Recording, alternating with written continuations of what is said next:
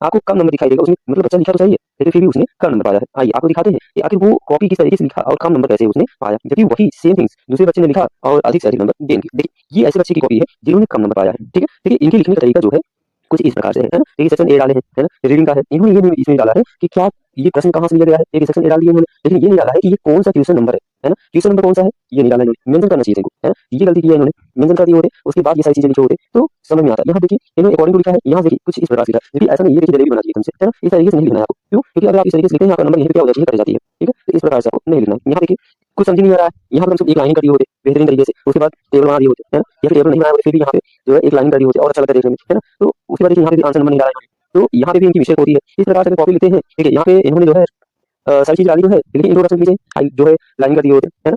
तो इस प्रकार से देखिए इसको जो इंट्रोडक्शन में पेन से लिखा है इसके से लिख देते हाईलाइट हो जाता, ठीक है। तो इनकी भी ये यहाँ पे भी गलती दिखाई दे रही है, तो इसलिए भी एग्जामिनर क्या करता है इन सब जगहों पे नंबर काट लेता है, ठीक है। इस चीजों से बचना चाहिए, देखिए ठीक है। इस तरीके से लिखे हैं आगे पीछे, तो अगर इस तरीके से लिखते हैं आप नंबर आपका काट लिया जाएगा। यहाँ देखिए इन्होंने लिखा है लेटर के बारे में, क्वेश्चन नंबर क्वेश्चन नंबर 3 डाला है, यहाँ पे आंसर नंबर होना चाहिए, ठीक है। उसके बाद यहाँ पे एक वो छोटा सा जो है सब्जेक्ट लिख करके जब भी लिखें तो सब्जेक्ट आखिर आप किस लिए लिख रहे हैं, अगर लेटर लिख रहे हैं तो किस लिए लिख रहे हैं, यहाँ पे सब्जेक्ट हेडिंग डाल के बकायदा उसके बाद आपको लिखना चाहिए इसको, ठीक है। मैटर जो भी लिखना है पहले हेडिंग डाल दीजिए छोटा सा, उसके बाद ही ये सारी चीजें लिखिए। वो भी यहाँ देखिए इन्होंने गलती क्या किया कि यहाँ से शुरू किया लेटर लिखना, ठीक है, यहाँ तक पूरा हो गई कॉपी। नेक्स्ट वाले में क्या किया इन्होंने कि यहाँ जैसे ही अंत होता है, देखिए यहाँ पे अंत हो गया फिर सेक्शन सी, यहाँ पे नेक्स्ट आंसर डाल दिए ना, यहाँ पे भी इनकी नंबर क्या हो जाती है, कट जाती है। जैसे ही आपका ये क्वेश्चन समाप्त होता है दूसरा पेज का चुनाव करें, ठीक है। एक क्वेश्चन समाप्त हो गया है तो दूसरे पेज का चुनाव करें, वहां से कॉपी लिखना शुरू करें फिर से, ठीक है। तो यहाँ पे इन्होंने गलती की है, तो यहाँ पे इनका नंबर काट लिया गया है, ठीक है।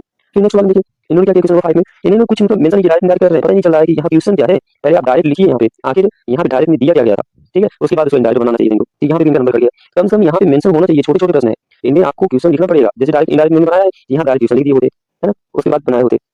तो ये सारी चीजें गलती मत करिएगा। ये देखिए आप नाइन बना दिए इस तरीके से, है ना। तो यहाँ पे भी आप एक लाइन में करना है आपको, ठीक है। अगर एक लाइन में नहीं रहेगा तो आपका नंबर यहाँ पे कट जाएगा, ठीक है।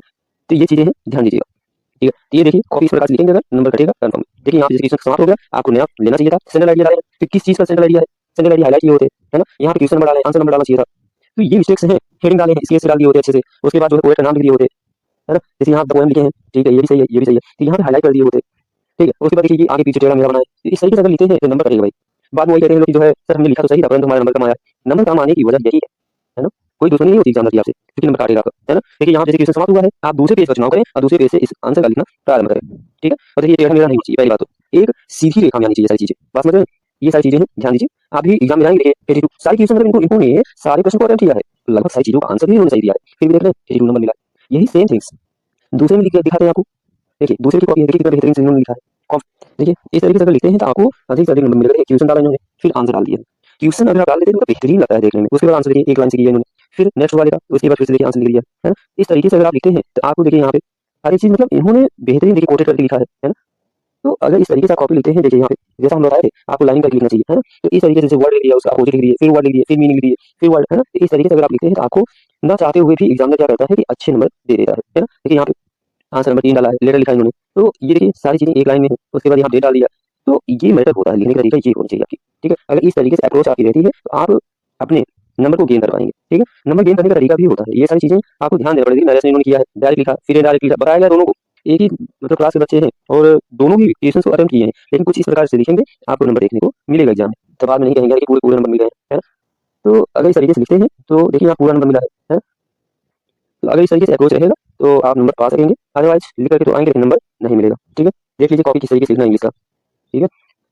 इसी प्रकार से लिखिएगा, नंबर आपको देखने को मिल जाएगा। देखिए यहाँ पे 99% मिला इसको, है ना। मतलब आउट ऑफ 100 में कितना मिला इन्होंने, 99 नंबर प्राप्त किया है। वही दूसरा बच्चा कितना प्राप्त किया था, वही सेम थिंग्स, दोनों ही बच्चे जो है मतलब अच्छा लिखे हैं, लेकिन फिर भी इन लोगों का नंबर आ गया है। इनका देखिए 82, उसका कितना आया था 99। क्यों? लिखे भी ये भी सही है ये भी सही है, लेकिन लिखने का तरीका सेकंड वाले का बेहतरीन था, इसलिए उसने नंबर पाया, जबकि फर्स्ट वाले का कम लिखने का तरीका सही था, इसलिए इन्होंने नंबर कम पाया। यही कारण होता है बच्चे जो कहते हैं कि हमें कम नंबर मिला है और ज्यादा नंबर मिला है, ठीक है। तो समझ ले ये सारी चीजें गलतियां मत करिए बच्चों, नहीं आपकी नंबर कट जाएगी।